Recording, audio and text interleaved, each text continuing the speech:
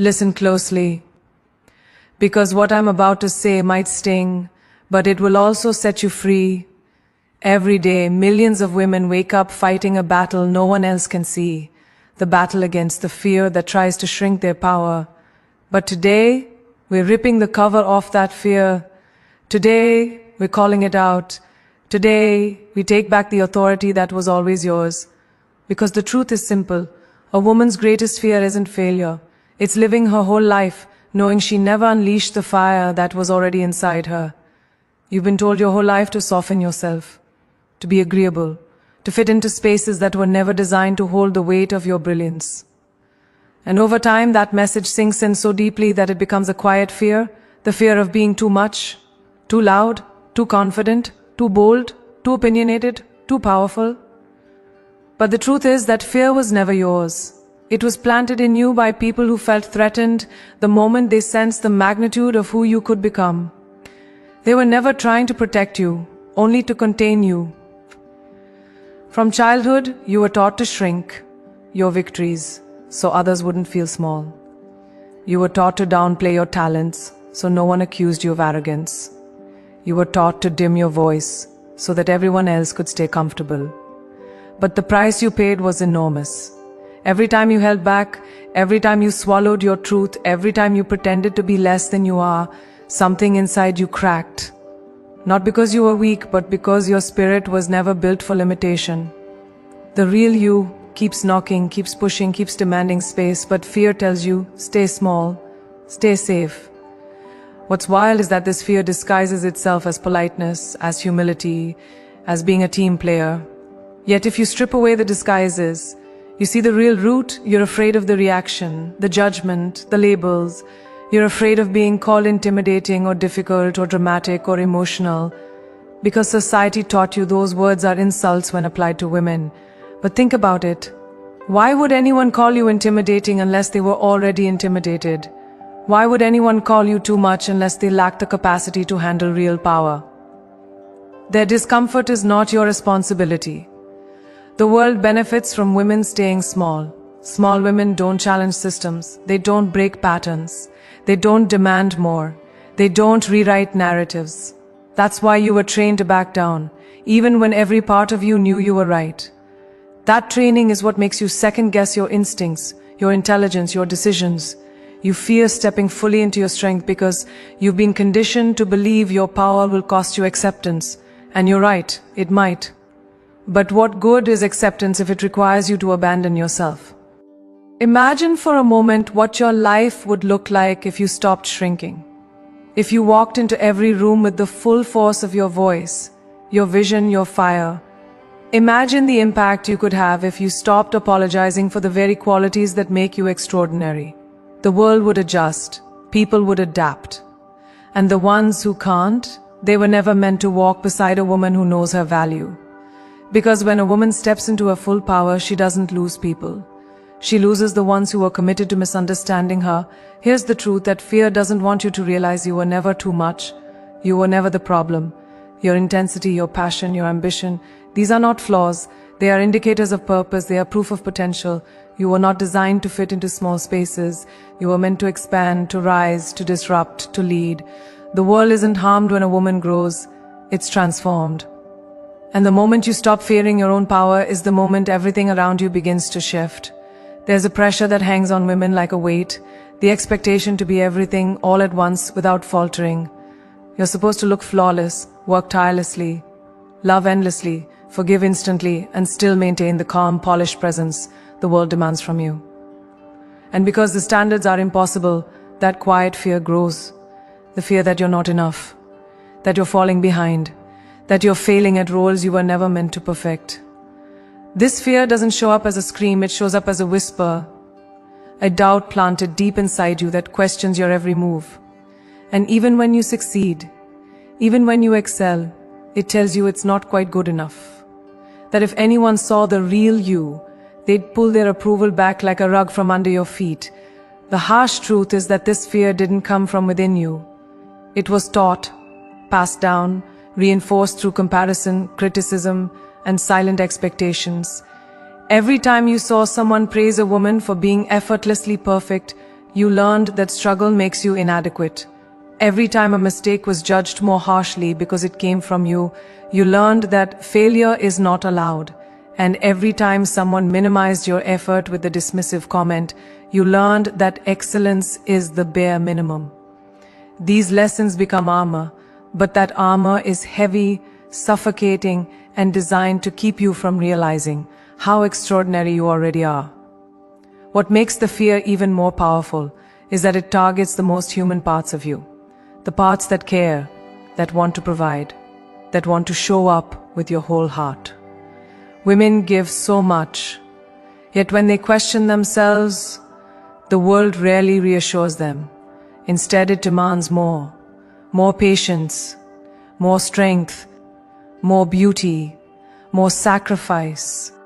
And when you can't give more, when you're exhausted, drained, or simply human, this fear steps in and tells you that you failed. But the reality is that the world has been asking you for superhuman effort and offering human-level appreciation in return.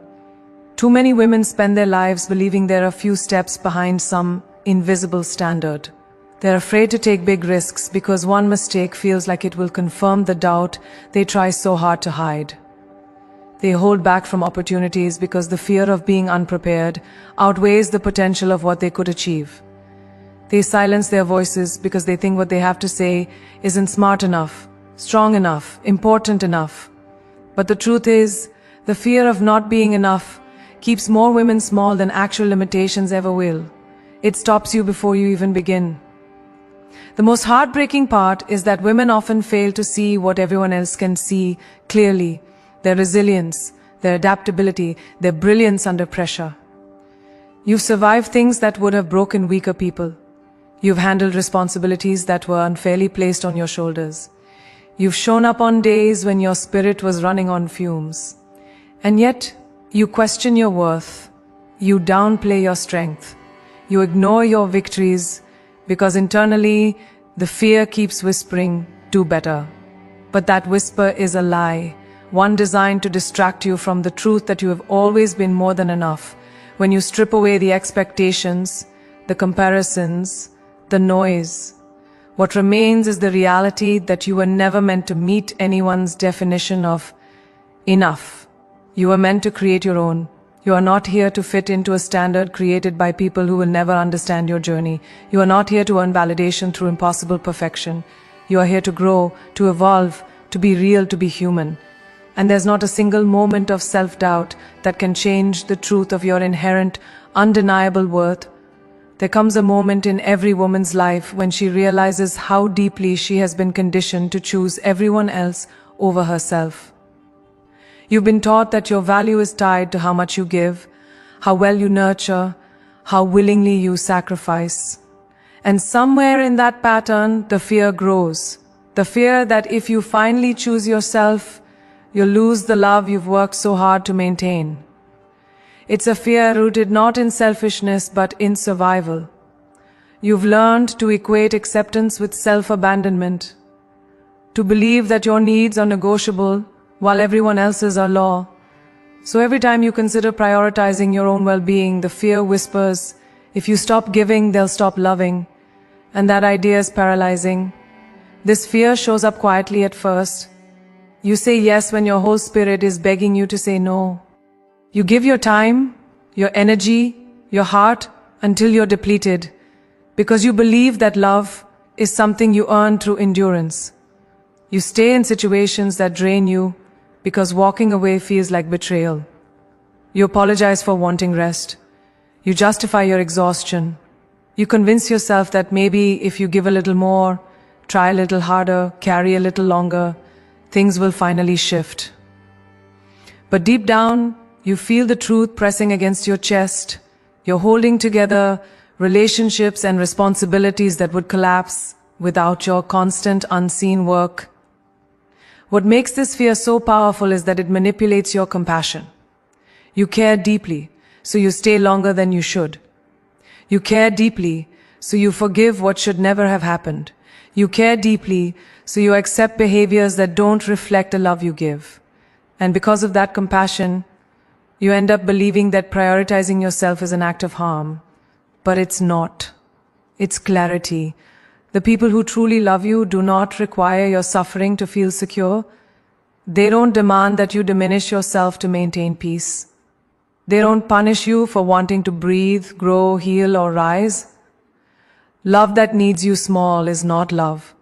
It's dependence dressed as devotion. Still, the fear persists because you've invested so much time, emotion, and identity into these connections. Walking away from one-sided love feels like admitting defeat. Stepping into your needs feels like starting a life you're not sure you're ready for. You worry about the silence that comes after choosing yourself. You worry about the space that will open up when you stop carrying what was never yours to hold. That uncertainty is terrifying because for so long, the familiar, even when painful, felt safer than the unknown. It's not the loss of others you fear most. It's the loss of the role you've always played. But here's what the fear never acknowledges. Choosing yourself doesn't ruin relationships. It reveals them. When you begin honoring your boundaries, the people who benefit from your self-neglect will resist. They'll call you selfish. They'll say you've changed. They'll make you feel guilty for prioritizing your own emotional survival. But their reaction is not a reflection of your worth. It's a reflection of their dependence on your silence. The ones who truly value you will adjust. They will respect your growth. They will want to meet you where you are, not keep you where they were comfortable. And somewhere in that shift, you start to recognize that love built on self-sacrifice isn't love, it's fear masquerading as loyalty. The fear of losing love has kept countless women anchored to relationships and environments that were never meant for their future. But your needs are not burdens. Your boundaries are not threats. The moment you allow yourself to be whole, to be honest, to be centered, you begin to understand that love aligned with your truth is not lost when you choose yourself. It finally has room to find you. There's a moment in life when the weight of staying where you are becomes heavier than the fear of moving into the unknown. You feel it, the quiet ache in your chest, the nagging pull in your spirit, the whisper that says, you can't keep living like this. Yet even with that voice growing louder, the idea of starting over feels terrifying. Not because you doubt your abilities, but because you've been conditioned to believe that walking away means failure. Society praises endurance, even when it's endurance in pain, and calls it loyalty. But there's a difference between being loyal to a situation and being loyal to yourself. And far too many women spend years choosing the suffering they know over the freedom they've never allowed themselves to explore. The fear of starting over often begins with the fear of letting go. Letting go of the familiar routines that wrap around you like chains. Letting go of the identities you tied to relationships, jobs, or roles that no longer fit who you're becoming. You worry that if you release what you've been holding on to, you'll be left with nothing but empty hands. But what you forget is that empty hands are the only hands capable of building something new. The world has taught women to hold on, even when it hurts, even when it breaks them, even when it's obvious that the chapter has ended. You've been trained to see leaving as quitting, when in reality, staying in what destroys you is the true surrender. What makes starting over so intimidating is the silence that comes before the rebuild. When the noise of what you walked away from fades, you're left face to face with yourself, your desires, your wounds, your possibilities. And that silence can be overwhelming because it forces you to confront everything you've avoided by staying busy, staying committed, staying stuck. It's in that silence that doubts creep in. What if I can't do it alone? What if I make the wrong choice? What if I'm not strong enough to begin again? But the truth is, the fact that you're questioning your strength is the very proof that you have it. Weakness does not question, it resigns. Strength wrestles, challenges, and refuses to settle. People will often fear your decision to start over because it disrupts their expectations. When you grow beyond where they've kept you, it shakes their sense of control. You'll hear judgments, unsolicited opinions, and stories about how you're supposed to be grateful for what you had. They'll call you impulsive, unreasonable, ungrateful, They'll try to convince you that stability, even harmful stability, is better than the uncertainty of change. But understand this clearly, people who fear their own transformation will always question yours. Their doubt is not your truth. Their fear is not your future. Their comfort is not your destiny. The real power of starting over in reclaiming your identity from the fragments of your past. Every time you take a step toward the unknown, you shed a layer of who you were taught to be and uncover a piece of who you truly are. It's not about rebuilding the version of you that life broke down. It's about constructing the version of you that life tried to hide. You're not taking a step backward, you're stepping into alignment. You're not leaving behind your life, you're leaving behind the limits others placed on your life. And in that process, you begin to realize that starting over isn't a setback, it's a declaration of self-worth. And as you begin again, something remarkable happens. The fear that once felt paralyzing becomes fuel. You start to see the strength in your own decisions, the resilience in your own heart, the brilliance in your own survival. You realize that every ending you feared was actually a doorway disguised as loss. The unknown stops feeling like a threat and starts feeling like a promise. A promise that your life is not defined by what you walked away from, but by what you're walking toward. There comes a point when hiding becomes more exhausting than being seen, yet the fear of visibility still holds so many women hostage. You've spent years learning how to blend in, how to keep your voice at a volume that won't draw attention, how to carry your strength quietly so no one accuses you of wanting too much space. You've been taught that being visible makes you vulnerable, that the spotlight is dangerous, that if people truly see you, your flaws, your wounds, your brilliance, they'll judge you, reject you, or label you. So you shrink. You stay in the background. You hold your truth behind your teeth, and even though your spirit aches to be expressed, fear convinces you that silence is safer than authenticity. Visibility is terrifying because it exposes the parts of you you've been told to hide, the scars you've collected over years of surviving what was meant to break you, the emotions you were shamed for feeling too deeply, the dreams you were told were too unrealistic, too loud, too disruptive. You fear that if others see the full picture, the messy, powerful, wounded, brilliant version of you, they'll use it against you, that they'll see your imperfections as weaknesses, instead of proof that you're human. But hiding those parts of you doesn't protect you, it traps you. You end up performing a version of yourself that feels acceptable but never whole. And that performance becomes a prison you can't breathe in. What makes the fear even heavier is that society has often punished women for being visible. When you speak your truth, someone calls you emotional. When you assert your boundaries, someone calls you difficult. When you succeed, someone tries to minimize it or take credit for it. You learn quickly that visibility comes with a price. And because of that, you start to believe that dimming your light is the safest option. You tell yourself it's better to be underestimated than criticized, better to be unseen than misunderstood. But what you don't realize is that the world doesn't benefit from your invisibility. It depends on it. Because a woman who isn't seen can't disrupt anything. She can't lead, she can't challenge, she can't inspire. The fear of being seen isn't just about others, it's about you. It's about confronting your own reflection without filters or excuses. When you allow yourself to be visible, you have to acknowledge the power you've suppressed. You have to face your potential, your talent, your voice, your purpose. And that can be just as frightening as external judgment, because once you see your own greatness, you can't unsee it. You can't go back to the small life you tried to fit into. You can't pretend you're not capable of more. And stepping into that truth requires courage. Many women were never encouraged to develop. But here's the thing about your scars. They're not proof of damage, they're evidence of survival. Every mark, every crack, every healed wound tells a story of resilience that deserves to be witnessed, not hidden. When you choose to be seen, you're not showing weakness, you're showcasing strength. You're saying, this is who I am, this is what I've lived through, and I'm still standing. Visibility is not about perfection, it's about presence. It's about showing up as the real you, unpolished but powerful, imperfect but undeniable. And when you step into the light, something shifts, not just in you but in every woman watching you. Your courage becomes a mirror for others to see their own possibilities. Your voice gives permission for others to speak. Your presence makes room for others to rise. Being seen isn't just about you.